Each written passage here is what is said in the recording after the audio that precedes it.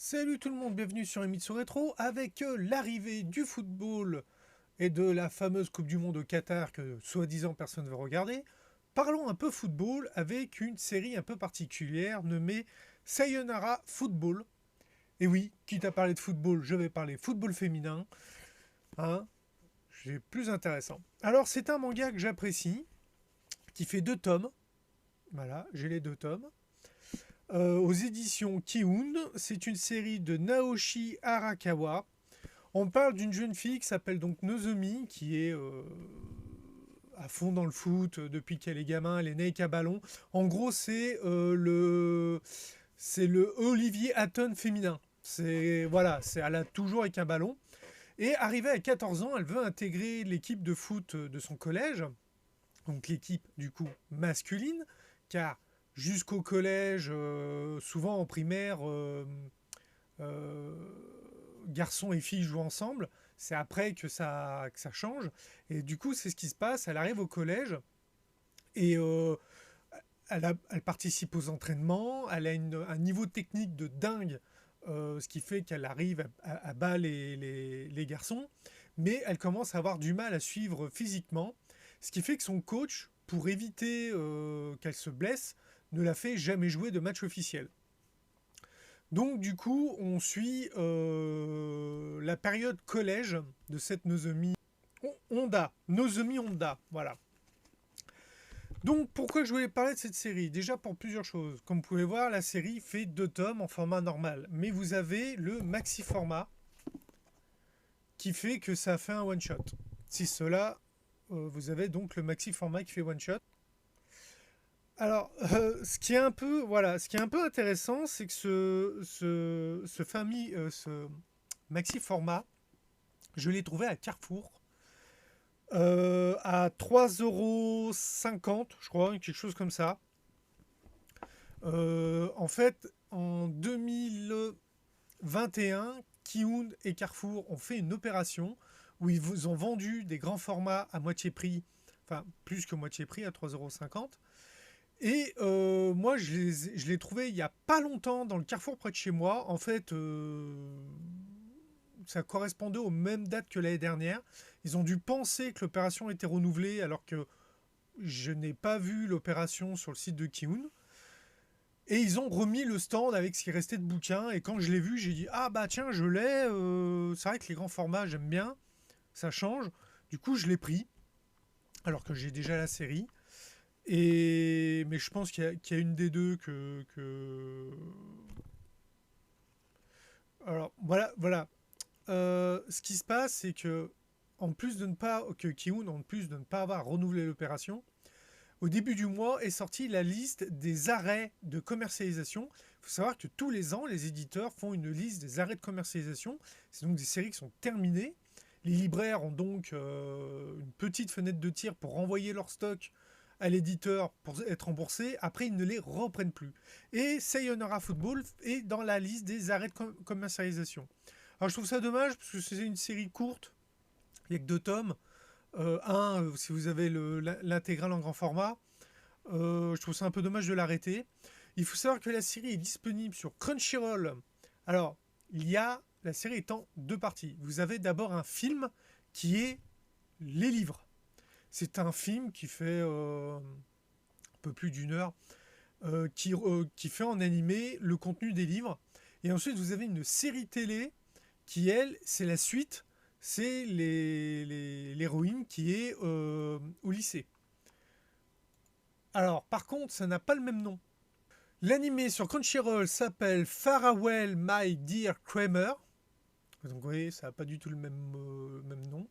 Donc, il y a une saison 2 de 13 épisodes. La saison 1 étant un film qui s'appelle First Touch et qui fait 1h44. Moi, bon, j'avais vu le film, j'ai bien aimé quand ils ont annoncé la série. J'ai regardé, j'ai adoré. Alors bon, honnêtement, si je devais avoir un reproche avec Crunchyroll, je dirais que c'est ceux qui laissent des commentaires. Parce qu'il y a beaucoup de séries que j'ai aimées et qui se font déglinguer dans les commentaires. Et je comprends pas quoi. Moi en fait le manga je l'avais déjà lu quand j'ai vu le film. Donc j'étais content de voir ce film. Et je pense que ceux qui ne connaissaient pas le manga, ils ont pris bah oui, bah t'as la mise en place des personnages, t'as un graphisme qui est un peu particulier, un peu différent de ce qu'on voit d'habitude. Euh, Et t'es là, les mecs, oui, il y a ça qui va pas, machin, tout. Tu vois, quand t'as un mec qui met une étoile, qui dit qu'il a dû se forcer à regarder la deuxième saison, la deuxième série jusqu'au bout, et qu'au final, ouais, en fin de compte, le film est meilleur. Non, forcément, un rythme d'un film d'une heure 44 et d'une série de 13 épisodes d'une vingtaine de minutes, c'est pas du tout le même rythme. Donc, le côté école est plus présent dans la série que dans le film. Dans le film, on se concentre plus sur le match. Donc, si ce que vous voulez voir, c'est du foot, bah oui, forcément, les parties sont plus courtes. Surtout que au début, l'héroïne a un gros. Elle ne regarde pas le football féminin. Elle regarde que le football masculin. Pour elle, le football féminin, ça vaut rien. Et c'est justement ce que dénonce cette série, c'est le manque d'enthousiasme des gens auprès du football féminin qui est en train de péricliter au Japon, parce que les gens ne regardent que le football masculin. Et il y a plein de choses. Enfin, ils ont regardé ça jusqu'en étant, ouais, bon, c'est une série de foot. Euh, c'est toujours un peu particulier. Moi, j'ai grandi avec Olivier Tom. C'est vrai que dans Olivier Tom, t'avais très peu de passages à l'école. C'était surtout les matchs. T'avais des matchs qui duraient 3 4 épisodes dans la version des années 80. Donc, t'étais foot. Le reste, tu regardais pas.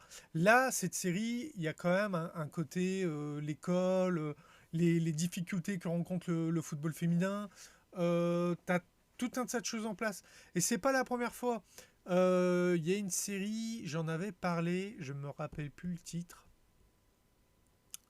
forcément. C'était une série où le héros se retrouve avec une grève cardiaque avec le cœur de son frère. Parce que lui et son frère ont eu un accident et ils ont greffé le cœur de son frère de l'aîné au plus jeune. Et l'aîné était un champion de foot. Et du coup, le plus jeune se remet au foot alors qu'à la base, il ne jouait plus suite à un traumatisme. Et par moment, il y a le trip au Japon des souvenirs contenus dans les organes. Et du coup, des fois, la personnalité de son frère prend le dessus, puis il fait des trucs de ouf.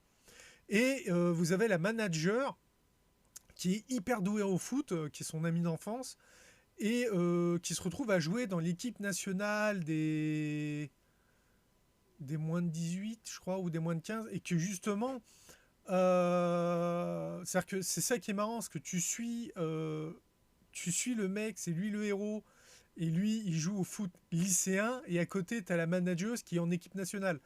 C'est, c'est le truc qui me fait toujours un peu rigoler.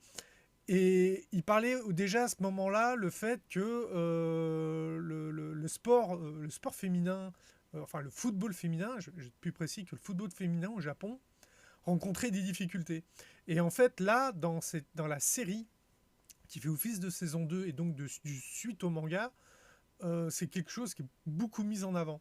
Donc forcément, si toi, tout ce qui t'intéresse, c'est voir des beaux matchs de foot avec des trucs de ouf, ben, tu as des trucs de ouf. Mais c'est quelques minutes dans un épisode sur un match qui va peut-être faire 2 ou 3 épisodes.